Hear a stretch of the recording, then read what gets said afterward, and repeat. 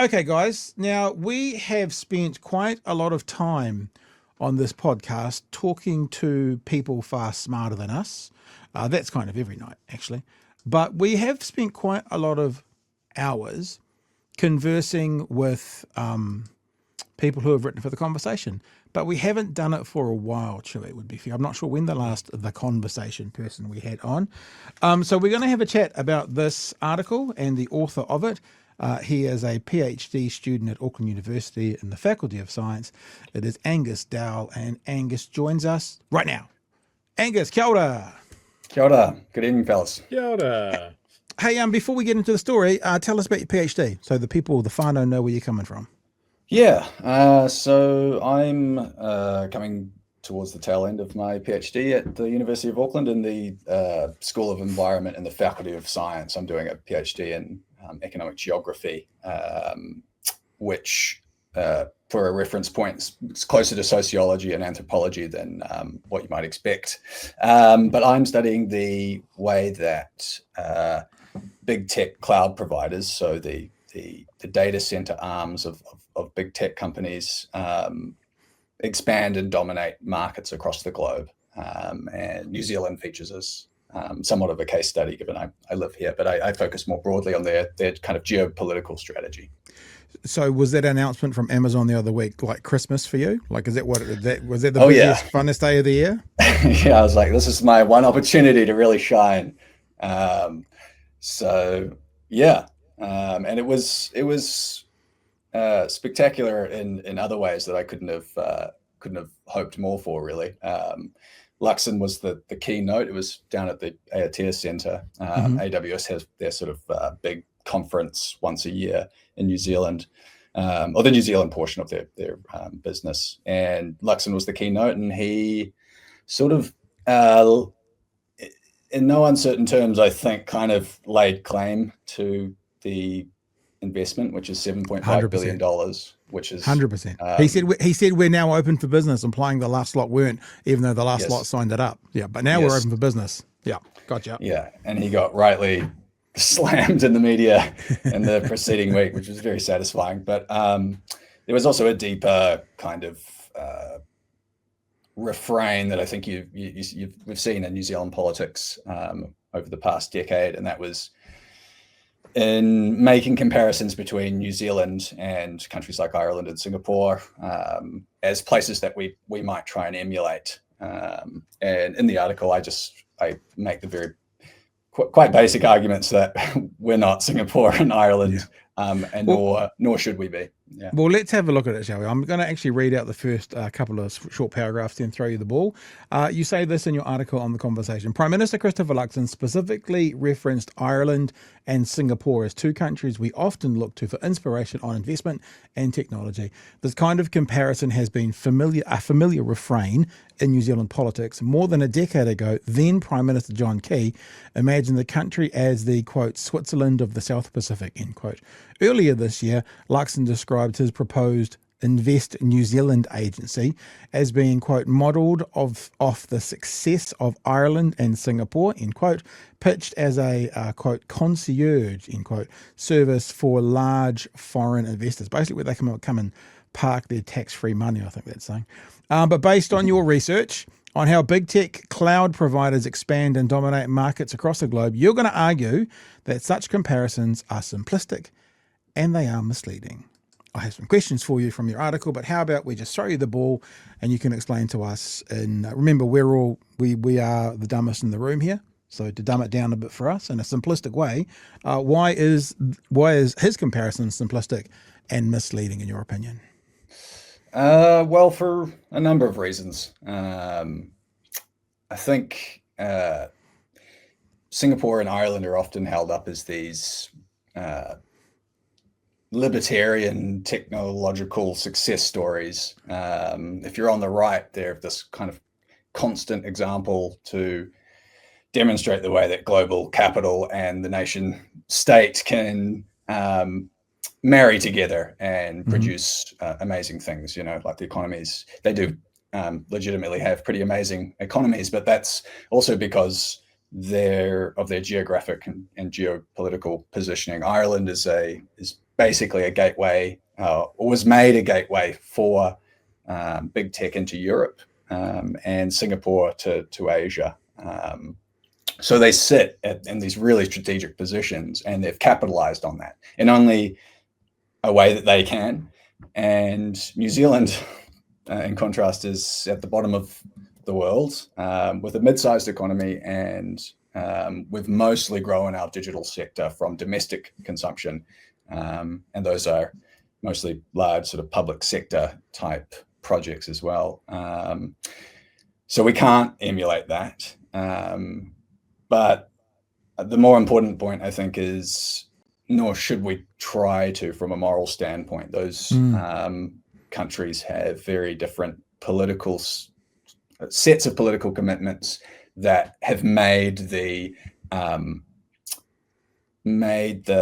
race to the bottom a successful outcome for them. You know, they are the winners of the race to the bottom, and most others aren't. So they're the sort of rare success stories, and they've done so because, well, Singapore is a soft authoritarian democracy, and they prioritize economic growth over democratic contestation.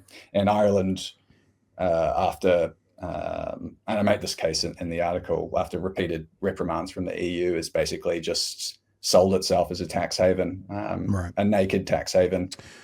Yeah. Can we clarify? I think most of us understand what you're saying, but sometimes when we say a phrase that's very common, like a race to the bottom, it kind of would be good just to contextualize what that means. What's the bottom we're hitting, and why is it? I mean, the race to the bottom implies this is a bad thing. Why is the race to the bottom in this situation a bad thing? We don't even need to talk about why they're winning the race to the bottom, but why just the race to the bottom? What's it about? Well, in the context of capitalism, or global capitalism, as capital becomes kind of more global, it's finding new these large multinationals are finding new places to set up shop. They're amassing more and more power, and as they become larger and larger, states become more interested in trying to attract and compete for their capital, and you get this situation where states compete with each other, offering more and more lax conditions. So one country offers a lower tax status over here, and someone might lower the tax over here, and so you're moving further and further towards this situation where you're selling the integrity of your political system to attract foreign capital. And Singapore and Ireland have done that, but they've done it because they kind of can win, given their strategic positioning as well. I'm not saying that we should try and emulate that if we had the strategic positioning. I'm just saying that that's a big reason of why they're these success stories. It is interesting that, in particular, Ireland has been the gateway to Europe. You would think somewhere on mainland Europe would have made more sense, because then they're literally in.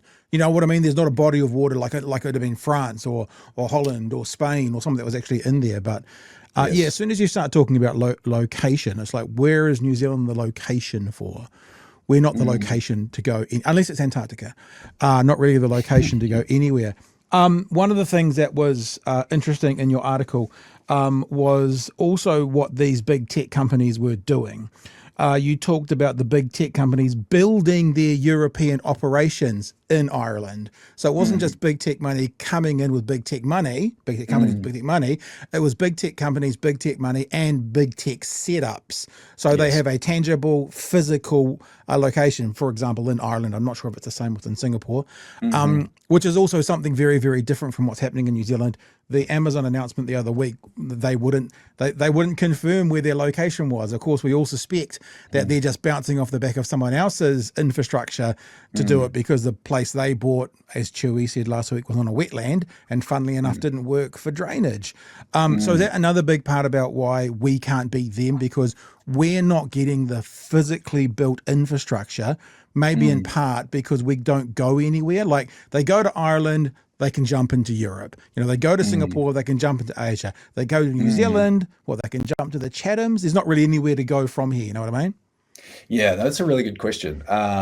It's a somewhat complicated question to answer, because part of the value proposition of these providers is security. They are the most secure, but a key part of providing that security, they argue, is secrecy. So we're not allowed to know where these data centers are, is their argument. But that is why they're so secure. And that is why there's so much, such a lack of transparency around, or why they're able to justify a lack of transparency around their operations. But we are very much right to ask whether they have actually set something up here, because a big part of their strategy often is to use local providers, local cloud providers, who are already doing a bunch of good stuff for our local economy, and forcing them to run AWS or Microsoft operations. So AWS and Microsoft will lease space from them. So that secrecy is really is key. They may have data centers that they built themselves here, but they haven't done it in New Zealand for the reasons that we've talked about before. But they did do it in Singapore and Ireland because it made sense for them. But in Ireland and Singapore too, you won't know where those data centers are. Even the public sector don't know really where those data centers are, and that's all part of their kind of smoke screen and mystery. Does that help answer the question somewhat? Simon's also got a really interesting point about Ireland, because of course Ireland is the English-speaking country in Europe. So of course you can just come from America, Silicon Valley, land in Ireland. There's no barrier to entry to doing business with the person in the cubicle next to you, so to speak. There's one other thing that I want to throw at you, and I think it's interesting because you talked about Singapore. Now, correct me if I'm wrong, because I've paraphrased it myself. Singapore can't be compared to. It's like I used to work in radio and do talkback, and I'd always get people phone up and go, "Oh, why can't we have a criminal system like Singapore? They use the rattan there," and I'm like, well, it's kind of hard. You can't have a Singaporean criminal justice system without the whole Singaporean economy. The Singaporean justice system works within the Singaporean country, with all the other parts of Singapore that make that up. So you can't just drink one part of it in. So what I think you're saying something similar in this article, which is they do things differently, so we can't be compared to them. And again, correct me if I'm wrong, but are you saying in the article that one of the reasons we can't be compared with Singapore is Singapore is growing their public sector and they're massively spending on long-term infrastructure, which is literally the exact opposite of what we're doing here?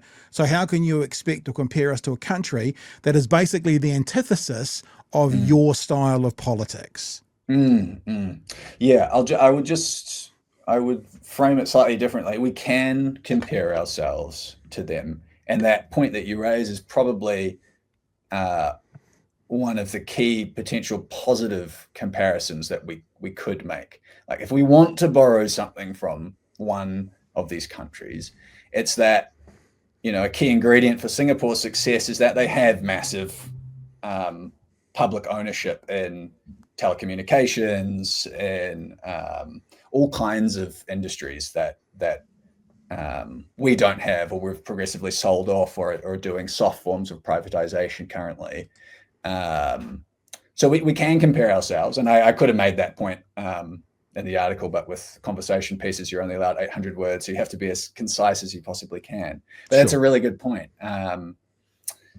We can compare ourselves, but the way that Luxon's doing it is honestly incredibly out of touch. I mean, speaking to a room full of New Zealand's tech elite and using this analogy was just, you could sense a murmur around the room, like, this guy doesn't really know the history of this thing, and what the real potential of New Zealand's digital economy is. It's not on. It shouldn't be dependent on these big tech guys coming over here. So we should.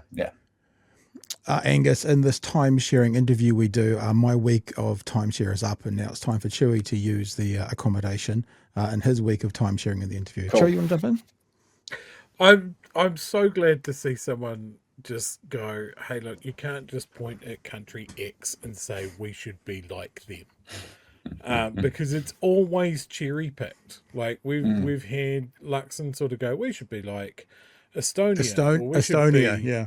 Estonia's the other one, and I Mm. think that was about the digitization of public service, but then it didn't look at the Right. size of the public service which he was cutting.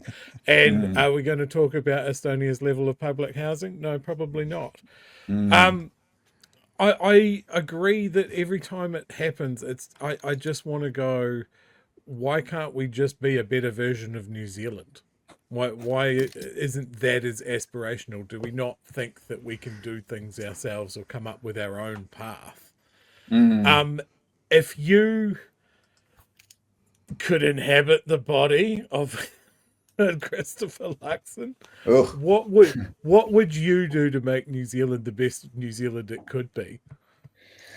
Well, I'll try and stay to my area of expertise, which isn't even really that great in terms of technology. I'm not really that interested in tech. It's just I'm probably closer to a Luddite than anything else. But if I could change some things,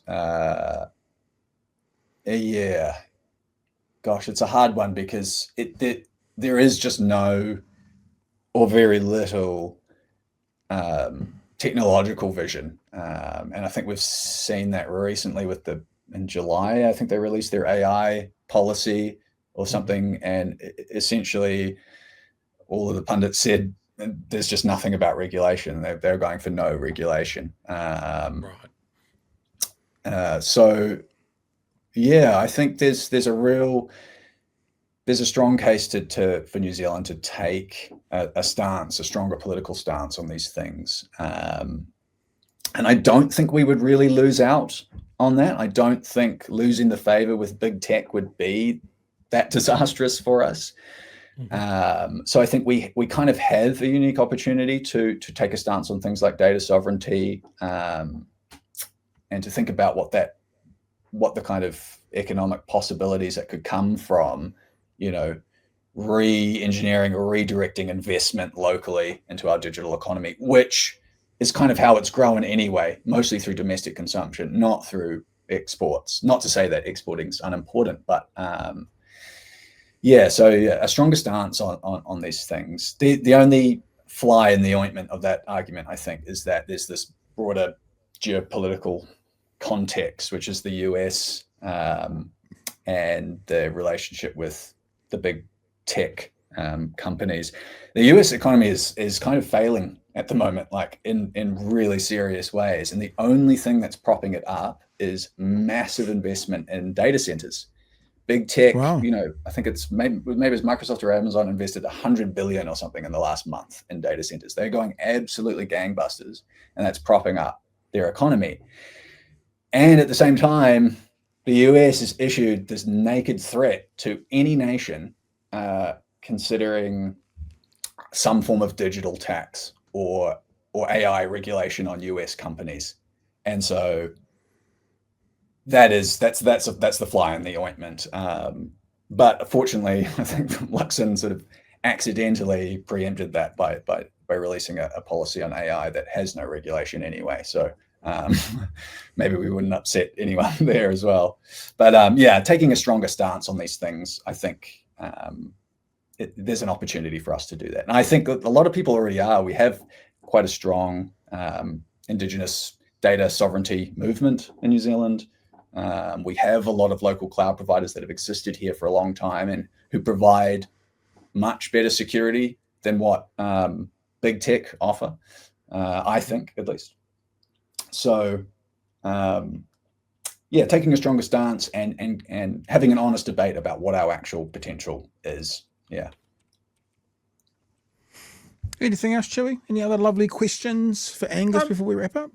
I think just talking generally about Amazon's data center, look, when they were talking about that, I kind of looked at it for the same reasons you've mentioned. We're far away from everywhere. It just struck me as potentially a bit of greenwashing, just because of the amount of renewable energy that we make. that they can go, Yes. oh, we've got a data center that's powered by renewable, 100% renewable energy and that sort of thing. Yeah. That's a yeah. Yeah, that's it. I'm glad you picked up on that. That's I mean, Amazon is now has been for a while, I think maybe 5 or 6 years, I'm not sure if it still is, but the largest purchaser of renewable energy in the world. Wow. Private purchaser, I think. But I still think that outstrips any state. Maybe not China, actually. That's probably doesn't outstrip China's investment. We're definitely being folded into their green kind of image. The other thing is, as well as with the region coming here, it's not just an opportunity for us to store our data there and run our services there and blah, blah, blah. It's a chance for other companies to store their data here. So it's a chance for other companies to potentially greenwash their software platform, energy intensive services. So there's that angle too. I think you're right to pick up on that. And we should really press them on that. It's I think Don Christie, who's the CEO of Catalyst Cloud, he said it's sort of like exporting our renewable energy in some ways. These companies, big tech companies overseas, they will run on this cloud service. They might try and run their machine learning model in New Zealand to greenify it, to give it the green tick, and then go and sell it somewhere else for political expediency. Yeah. Angus, it's been lovely to speak to you tonight. Thank you so much for giving us some time. I appreciate you coming on board. We have in the show description notes, the show notes for this, the link to the conversation piece. And it was a really interesting read, and thank you for writing it, and thank you for coming and joining us tonight. We appreciate it. Oh, thank you. Thanks for the kind words. Cheers, and have a great rest of your show.